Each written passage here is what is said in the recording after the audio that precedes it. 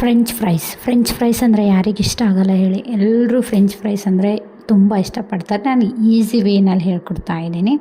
ಏನಿಲ್ಲ, ಎಷ್ಟು ಬೇಕೋ ಅಷ್ಟು ನಿಮಗೆ ಪೊಟ್ಯಾಟೋಸ್ನ ತೊಗೊಳ್ಳಿ. ನಾನು 3 ಪೊಟ್ಯಾಟೋನ ತೊಗೊಂಡಿದ್ದೀನಿ. ಅದನ್ನ ಚೆನ್ನಾಗಿ ವಾಶ್ ಮಾಡಿ ಪೀಲ್ ಮಾಡಿ ಉದ್ದುದ್ದಕ್ಕೆ ಸ್ಲೈಸ್ ಆಗಿ ಕಟ್ ಮಾಡಿ.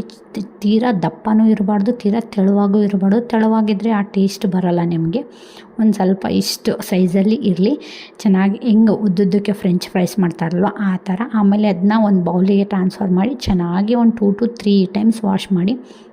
ಅದರಲ್ಲಿರೋ ಸ್ಟಾರ್ಚ್ ಎಲ್ಲ ಹೋಗಿಬಿಟ್ರೆ ಅವು ಇನ್ನೂ ತುಂಬ ಕ್ರಿಸ್ಪಿಯಾಗಿ ಬರುತ್ತೆ. ಆಲೂ ಇಲ್ಲಾಂದರೆ ಸೊಗೆ ಆಗಿಬಿಡುತ್ತೆ. ಹಂಗಾಗಿ ಚೆನ್ನಾಗಿ ಒಂದು ಸ್ವಲ್ಪ ಹೊತ್ತು ಒಂದು 2 to 3 ಟೈಮ್ಸ್ ವಾಶ್ ಮಾಡಿ ಒಂದು ಬಟ್ಟೆ ಮೇಲೆ, ಒಂದು ಕಾಟನ್ ಬಟ್ಟೆ ಮೇಲೆ ಅದನ್ನೆಲ್ಲ ಹಾಕಿ, ಅಥವಾ ಟಿಶ್ಯೂ ಪೇಪರ್ ಇದೆ ಟಿಶ್ಯೂ ಪೇಪರ್ ಮೇಲೆ, ಇಲ್ಲ ಬಟ್ಟೆ ಬೆಟರ್ ಅದರ ಮೇಲೆ ಹಾಕಿ ಚೆನ್ನಾಗಿ ಎಲ್ಲವನ್ನೂ ಚೆನ್ನಾಗಿ ನೀಟಾಗಿ ಒರೆಸಿ. ಒಂದು ಡ್ರಾಪು ವಾಟ್ರ್ ಇರಬಾರ್ದು, ಅಷ್ಟು ಫುಲ್ ಡ್ರೈ ಆಗಿಬಿಡ್ಬೇಕು.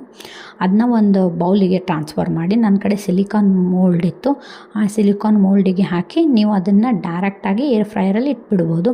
ಅದಕ್ಕೆ ಒಂದು ಸ್ವಲ್ಪಷ್ಟು ಆಯಿಲ್ ಮತ್ತು ರುಚಿಗೆ ತಕ್ಕಷ್ಟು ಉಪ್ಪು. ನೀವು ಬೇಕು ಅಂದರೆ ಈ ಟೈಮಲ್ಲಿ ಪೆಪ್ಪರ್ ಪೌಡ್ರು, ಆರಿಗ್ಯಾನೋ ಅಥವಾ ಚಿಲ್ಲಿ ಪೌಡ್ರು ಏನಾದರೂ ಯೂಸ್ ಮಾಡ್ಬೋದು. ನಮ್ಮ ಹರ್ಷನೂ ತಿಂತಾನೆ ಅಂತ ನಾನು ಜಸ್ಟ್ ಸಾಲ್ಟ್ ಮಾತ್ರ ಆ್ಯಡ್ ಮಾಡಿದ್ದೀನಿ.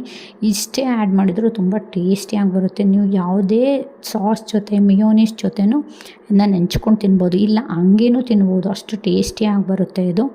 ಇದನ್ನ ಜಸ್ಟ್ ಕೈ ಆಡಿಸಿ ಅದನ್ನ ಏರ್ ಫ್ರೈಯರಲ್ಲಿ ಇಟ್ಬಿಡಿ. ಏರ್ ಫ್ರೈಯರಲ್ಲಿ ಕಾಮನ್ ಆಗಿ ಫ್ರೈಸಿಗೆ ಅಂತೇಳಿ ಒಂದು ಸಪ್ರೇಟ್ ಸೆಕ್ಷನ್ ಇದೆ, ನಮ್ಮ ಕಡೆ ಇದೆ. ಎಲ್ಲದ್ರಾಗೂ ಇರ್ಬೋದು ಮೇ ಬಿ. ಇಲ್ಲಾಂದರೆ 180 ಡಿಗ್ರಿ ಫಾರ್ 20 ಮಿನಿಟ್ಸ್ನ ಇಟ್ಬಿಡಿ. ಅದನ್ನ ಸೆಲೆಕ್ಟ್ ಮಾಡಿ. ನಾನು ಅದನ್ನ ಸೆಲೆಕ್ಟ್ ಮಾಡಿರೋದು 180 ಡಿಗ್ರಿ ಫಾರ್ 20 ಮಿನಿಟ್ಸ್. 20 ಮಿನಿಟ್ಸ್ ಆದಮೇಲೆ ನೀವು ಓಪನ್ ಮಾಡಿ ನೋಡಿ. ನೀವು ಡೀಪ್ ಫ್ರೈ ಮಾಡೋ ಅವಶ್ಯಕತೆಯೇ ಇರಲ್ಲ. ಅಷ್ಟು ಕ್ರಿಸ್ಪಿಯಾಗಿ, ಅಷ್ಟು ಟೇಸ್ಟಿಯಾಗಿ ಫ್ರೈಸ್ ಬಂದಿರುತ್ತೆ. Must try. ಯಾರ್ಯಾರು ಟ್ರೈ ಮಾಡ್ತೀರಾ ಒಂದು ಸ್ವಲ್ಪ ಕಮೆಂಟ್ ಡೌನಲ್ಲಿ ಹಾಕಿ.